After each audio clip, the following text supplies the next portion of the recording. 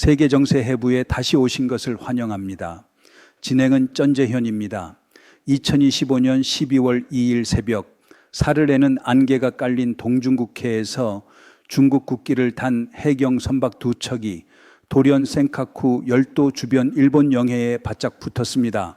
이곳은 일본이 사실상 관리해 온 해역이며 국제법의 범위 안에 있는 도쿄의 영해로 인정되는 구역입니다. 도발적이고 정치적 강압의 색채가 짙은 이번 행동에서 중국 선박들은 불법 침입에 그치지 않고 합법적으로 조업 중이던 일본 어선을 위협적으로 접근했습니다. 일본 해상보안청은 즉시 대응을 전개해 중국 선박들에게 지역 이탈을 요구했습니다. 이번 사건을 바라볼 때 외교적 장식은 모두 걷어내야 합니다. 이것은 베이징이 선전하는 법 집행 순시도 주권 수호도 아닙니다. 일본만이 아니라 인도 태평양 전반의 민주동맹을 겨냥한 전략 반응 시험입니다. 더 나아가 타이베이를 향한 어두운 메시지입니다. 우리는 언제 어디서나 위기를 만들어낼 수 있고 아무도 막지 못한다. 질문은 분명합니다. 이것이 대만 지지 연합을 꺾기 위한 군사 외교 여론의 다중 압박 캠페인의 전주곡인가? 아니면 더 깊은 의도가 있는가? 중국이 대만 해협에서 동중국해로 압력을 전환해 미국의 핵심 동맹인 일본을 정면으로 끌어들이려는 단계적 전략인가? 일본 해상보안청이 2025년 12월 2일 새벽 확인한 바에 따르면 중국 해경 함정 2척이 센카쿠 열도 주변 일본 영해에 불법 진입했습니다. 이곳은 수십 년간 일본이 연속적으로 통제해온 지역이며 유엔 해양법 협약에 비추어도 명백한 일본 영해입니다. 중국 선박들은 이른바 무해 통항 따위가 아니었습니다. 일본 측 보고에 따르면 그들은 일본 주권 해역에서 완전히 합법적으로 조업 중이던 일본 어선에 의도적으로 접근했습니다. 즉시 일본 해상보안청이 경고방송과 함께 현장에 전개했고 외교적 압박과 실질적 현장 존재 속에 중국 선박들은 몇 시간 만에 물러났습니다. 곧바로 중국 관영 매체는 디아오위다오라 부르는 해역에서 일본 어선이 불법 행위를 했다고 뒤집어 씌우며 자국 해경이 일본 선박을 추방하기 위한 필요한 통제 조치를 실행했다고 주장했습니다. 문제의 핵심은 중국이 법적 본질을 의도적으로 전도한다는 데 있습니다. 노골적 침범을 자국 영해 내 법 집행으로 포장하는 것입니다. 국제사회는 센카쿠 열도가 현재 일본의 완전한 통제 하에 있으며 이 구역에서 중국의 영유권 주장을 정당하게 인정하지 않는다는 사실을 알고 있습니다. 중국 해경은 통상적 민간 집행기관이 아닙니다. 법 집행에 외피를 썼지만 목표는 단단합니다. 조난구조나 항행 조정을 위해 조직된 것이 아니라 반응을 시험하고 주권을 압박하며 관리된 긴장을 조성하도록 배치됩니다. 다시 말해 전쟁도 평화도 아닌 회색지대에서 작동하도록 설계된 중운사적 수단입니다. 일본 측은 어선을 호송 보호하고 현장을 장악한 뒤 전략 위치를 유지했습니다.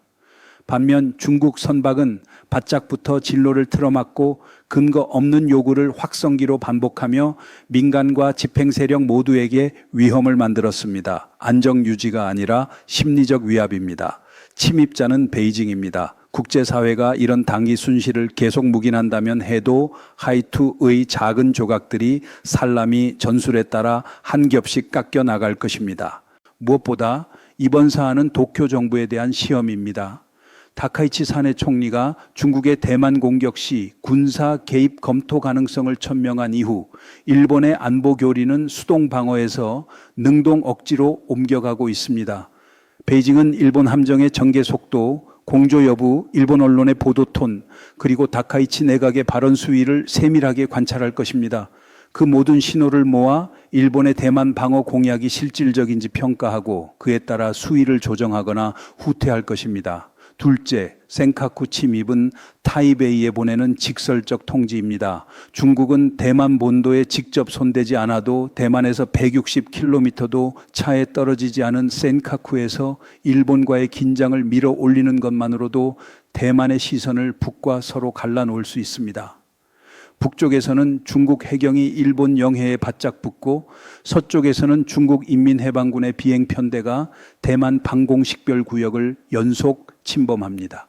군사 전략 전반에서 이것은 외연 압박으로 중심을 약화시키는 기술입니다. 대만이 민주동맹의 지원을 구한다면 타이베이만이 아니라 도쿄 그리고 요나구니와 이시가키 같은 전초도 함께 압력을 감당하게 될 것입니다. 마지막으로 이번 행동은 동북아 안보 연쇄의 정점인 미국의 반응을 가늠합니다. 미일 안보조약 저조에 따라 일본이 통제하는 영토가 무력 공격을 받으면 워싱턴은 방위 의무를 집니다. 그러나 해경선박의 회색지대 침입이 미국의 대응을 촉발하기에 충분한가? 아니면 전략적 침묵으로 확전을 피하려 할 것인가? 베이징은 전쟁과 평화 사이 회색지대를 활용해 미일 동맹을 곤혹스럽게 만듭니다. 미국이 강하게 발언하면 중국은 과잉 반응이라 몰고 미국이 침묵하면 다음 침입의 무료 통행권이 됩니다. 사건 직후 도쿄는 명확히 밝혔습니다. 이번 행위는 일본의 영해 주권을 노골적으로 침해한 것으로 결코 용납될 수 없다. 일본 해상보안청은 현장에 접근해 경고 방송을 실시하고 존재를 유지했으며 중국 선박들의 즉각 이탈을 요구했다. 현장 일본 어선은 안전하게 보호되었고 물적 피해는 없었다. 핵심은 피해 규모가 아니라 메시지입니다. 누가 한 발 물러서느냐. 베이징은 도쿄의 반응을 저울질하며 일본이 전략적 대립의 길을 계속 갈지 유화적 대화로 끌려들지 가늠하고 있습니다. 정부의 대응은 과도한 소음 없이도 입장을 분명히 했습니다. 센카쿠는 일본에 다툴 수 없는 영토이며 모든 침입은 국제법 위반이다. 다만 중국이 같은 행동을 반복할 경우 일본이 대응 수위를 올릴 준비가 되어 있는지 아니면 수세적 대응으로 머무를지에 대한 질문은 남아 있습니다.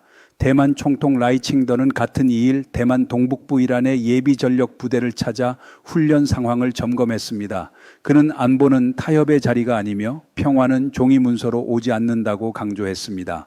중국이 센카쿠에서 바람을 일으키는 시점, 평화는 상대를 주저하게 만들 힘에서 나온다는 메시지였습니다. 이번 사안은 군사 메시지를 넘어 심리 외교적 파장도 큽니다.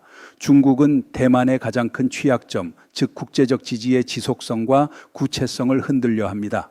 일본이 대만을 지지한다는 이유로 압박을 받는다면 지역 전체에 신호가 흘러갑니다. 타이베이 편에 서는 일은 조심하라는 신호입니다. 민주국가 내부에 의심을 심어 넣는 인지전, 총 한 발 쏘지 않고도 동맹의 결의를 약화시키는 방식입니다. 이 상황에서 지역의 축 국가들은 동시 행동이 필요합니다. 일본은 미국의 정치, 군사적 뒷받침 없이 홀로 움직이기 어렵습니다. 호주는 미 인도 태평양 사령부의 정보 공유가 없이는 균형을 유지하기 힘듭니다. 대만은 도쿄와 워싱턴을 잇는 안보 축이 없이는 다방향 방어를 유지할 수 없습니다. 말이 아니라 현장 행동, 공조 억지의 체계, 계획된 상시 존재로 전략 동기화를 보여줄 때입니다. 대응 시나리오는 이렇습니다. 첫째, 미일 호주 3자 순찰선을 센카쿠 주변에 상시화해 중국의 자유로운 침입 이탈 고리를 끊는다. 둘째, 중국 해경과 해상 민병대의 모든 이동을 공개 증거로 기록할 정보 감시 공유를 강화한다. 셋째, 동중국해와 인근에서 미일 호인도 주력 함대가 참가하는 연합 연습을 통해 인도 태평양 연합이 즉각 대응 가능한 실체임을 입증한다. 사진 촬영용 체크인이 아니라 레이더와 항적이 말하게 해야 합니다.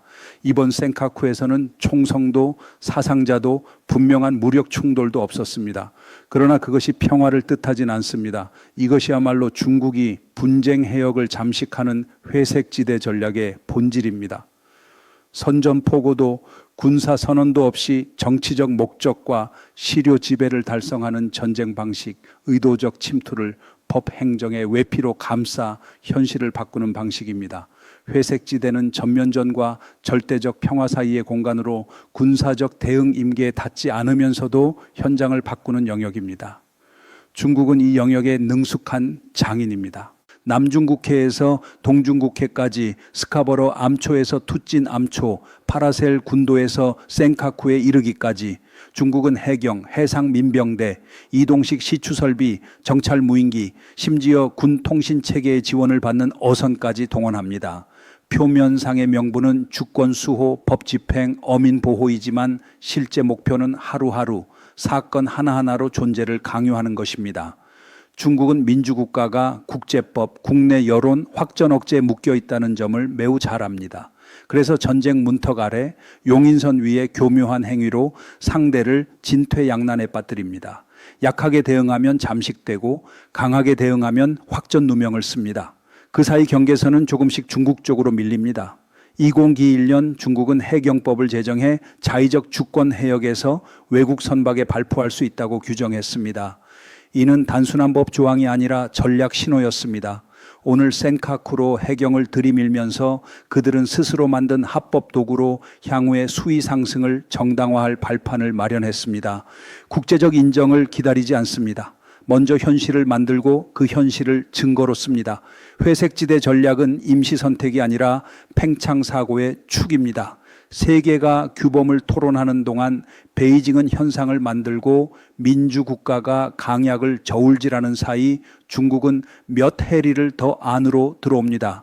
따라서 단정적 항의나 의례적 성명에 그친다면 법적 가치와 주권 원칙은 반복되는 가장 행위에 마모될 뿐입니다. 센카쿠 침입은 단발성 도발이 아니라 일본의 한계와 미일 동맹의 결속, 대만의 인내를 동시에 시험하는 길게 설계된 압박의 서막입니다. 해법은 수세가 아니라 공세여야 합니다. 법적, 전술적, 전략적으로 동시에 일본은 사고 발생 시 대응의 수세를 벌이고 레이더, 무인기, 정찰함, 일원화, 지휘 체계로 상시 주기적 능동 순찰을 표준으로 삼아야 합니다. 타국 선박이 민간을 위협하거나 강제 흔적을 보이면 즉각적이고 단호한 조치가 가능하도록 해상 보안과 연안 방위의 교전 규정을 상향해야 합니다. 미일 공약은 현장 공조로 격상되어야 합니다. 워싱턴은 센카쿠에서의 모든 침해가 추적 기록되고 필요시 연합 대응으로 이어질 수 있음을 분명히 해야 합니다. 센카쿠 일대 합동 순찰을 상시화하고 대만 동쪽 접경까지 감시선을 늘려 오키나와 센카쿠 요나군위로 이어지는 연속 축을 만드는 것입니다. 미국의 현장 존재가 분명해질수록 베이징의 전략 계산은 거칠어집니다. 대만은 북부 해역 감시 능력을 신속히 보강해 지룬과 이시가키, 타이베이와 오키나와를 잇는 방어선을 구축해야 합니다.